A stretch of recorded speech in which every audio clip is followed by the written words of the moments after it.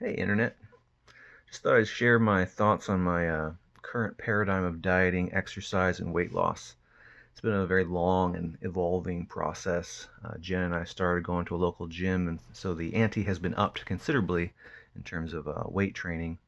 I'm just now learning what all that might entail for me in terms of personal management. It's quite daunting, but also very exciting as the sky's the limit on the potential results. So here's a look back at what I think I know about the topic, and I hope maybe that it's helpful to somebody out there. So, where I am and used to be when it comes to weight loss. I am 40 years old and I used to weigh 230 pounds in 2007 thanks to the appetite increasing side effects of a medication. I now weigh 160 pounds. In 2016, I got down to 147 pounds, but with less muscle than I have now. Without any conscious effort on my part, my default average adult weight was a little over 180 pounds. When I started losing weight, I did not know how much weight I could lose. I didn't know what my ideal weight was, and I honestly still don't know. It appears that I might be able to weigh 145 pounds if I had a percent or so of body fat. I don't know what that would be for me now, but it may be 5 to 10 pounds higher. I am able to lose, I'm aiming to lose another 10 pounds, and I'll see what that means when I get there, given that I'll likely have more muscle still. So, why diet and exercise? What are my motivations? There's a range of motivations. Some of the more superficial ones are the stronger motivations, but it definitely helps that the rewards are helpful in life all the way around. I want to look good for its own sake and to enjoy the natural beauty of my own body on a regular basis. I'm an artist. I draw people mostly, and getting to see my underlying form in the form of my partner is truly exciting. It is a wealth of detail I would otherwise have never known about myself, which is interesting. I want to look good to others for a measure of social approval and feel comfortable in my own skin. Humans are biased towards good looking people, so looking one's best is beneficial and avoids unnecessary levels of anxiety. I want to be continually attractive to my partner, whilst not taking her lustful interest in me for granted. I want to fit in my clothes and have confidence that when I buy new clothes, the main thing will simply be choosing what I want to wear rather than how fat I do or don't look in them. So that's a big plus. I want to live a long, healthy life, and exercise is a huge part of that for everybody. I want to improve and maintain my mental health, and exercise is a great contributor to that as well. And I want to be physically capable. I like just being able to do things. Even simple things like just putting on your socks and having the strength to not struggle with that is, that counts. That matters. That's, valuable. Uh, since my body has temperature control issues, having less weight makes that daily challenge easier. Also, the discipline and confidence required to do these things spills over into other areas of life. It gives you a completely new perspective when you have to wrangle such deep desires as hunger and laziness.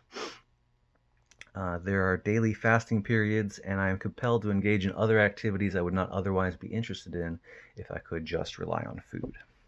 So that was a discovery that you had to get there before you see something like that. And food always tastes good, and I am always so grateful for every single meal, thanks to having to regularly maintain calorie deficits. Every single bit of food I put in my mouth, I am so grateful for. And I remember, when I wasn't counting calories, just, weighed a whole bunch more, I'd get tired of fast food. And I was like, oh man, I want food to taste good again. And I just, you get bored with it. And, not that way. I'm so grateful. Um, so, uh, So, as hard as working out and maintaining calorie deficits can be, there are tons of positive, self delusion avoiding rewards that outshine the daily negative side of doing nothing. So, the hard stuff up front. So, this is what I tell myself. I am not a motivational speaker. I'm not selling a product. I'm not inclined to try to bullshit anyone into pretending this is easy. For me, taking the bull by the horns, facing the daunting truths is necessary, as it makes you focus on just what it must take to succeed. Hence, the hard truths no one tells you come first. Here it is. Most people do nothing about their weight. Of those who try to do something, most fail. Of those who succeed at losing some weight, most regress to where they used to be, or worse. Those who succeed and stay that way are a minority of folks who figure out what they are supposed to do, happen to have the drive and opportunity to do it, and the means and social support. So it is a daunting task. Very few people are going to succeed, and no one selling you any health products or whatever is going to tell you that. It's hard. If that last group is you, despite the considerable effort you have put into it, you are lucky. Ultimately, no one gave themselves their base motivations. Even your level of willpower is not something you can just have because you want to have it. You can increase your resolve over time, but the will and ability to do even that isn't something you gave yourself. It is an accident of your genetics, your culture, and your personal history all the way down. This isn't supposed to take, I don't mean to take anybody's success away as an excuse to not try and to push yourself when appropriate. But again, if you succeed at doing that where someone else tried and failed, you didn't give yourself whatever happened to make that work out for you. You just didn't. So again, gratitude, be grateful. Try hard, but be grateful for your success. When I was a runner, I would have kept running an hour a day, every day, even if I were in pain. But my calves and knees would collapse underneath me and literally keep me from running. I could not will my way through that. But someone else with just different legs could have. It's the same for brains and everything going on inside of them. Life isn't fair in general, and it's not fair here. Someone out there is just thin, and they did absolutely nothing to earn it, because this isn't about being good or bad people. This is about overcoming our base settings. Calorie paradise kills battery conservers. As a species, our appetites and metabolisms are stuck at starvation settings. Your body is likely not adapting to knowing it is currently in calorie paradise and that McDonald's and Walmart are just down the street.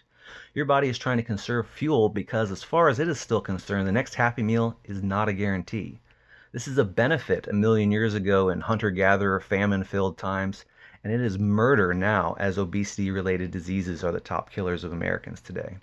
Granted, we still outlive most of our ancestors thanks to the many other blessings of the modern world, but we still don't have to die as soon. We could still live better and longer. And even laziness has a purpose. It should be noted that laziness is also practically functional. The emotions that constrain your laziness, I would guess, are actually protecting your body from the harm of excessive use and also making sure your battery is as charged as it can be when it actually needs it. If a human being is always going about wasting their energy and grinding their joints to an obsessive pulp, they aren't as in good shape when something more important to their survival is at stake. Laziness keeps you in bodily and battery check. It is there for an adaptive reason in all likelihood. But it also works against you when you want your body to burn off extra fat that you just don't need. The point is, chuck the shame of being lazy. Laziness probably has a real purpose. It is something to understand and to work with. You can't moralize it away, and it is counterproductive to do so. You are lazy on purpose, and nothing is going to change that.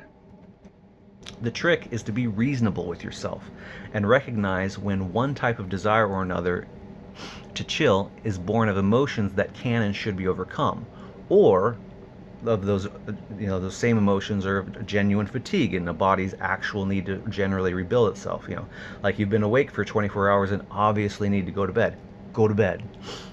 Or if it's a pain that is actually indicative of injuries that you need to be temporarily benched for a time to heal, obviously listen to those. But when I am not in any pain and I know my body's in good shape and I've had plenty of sleep, that is exactly when I pounce on the opportunity to push through the warm emotional blankets beckoning me back to bed. I don't bother feeling ashamed for having those feelings. Of course I have them. Everyone does. However, I do recognize the systemic opportunity when faced with feelings that don't represent my interests or any underlying reality I should take heed of. This is the opening I'm looking for in the part of the daily routine where your body is trying to pointlessly conserve calories, and therefore exactly when you need to put your thumb down on the scale to get your metabolism up and keep it running at full steam. You only have so much emotional resolve to dole out each day, and this, I think, is one of the right hills to die on as regularly as you can. When you are frustrated with how hard everything is and with how much your body and mind try to keep you from losing weight, remember these key moments to kick in your emotional reserves and give it everything you got, because these are just emotions and can transition into an emotional state opposite to where it started.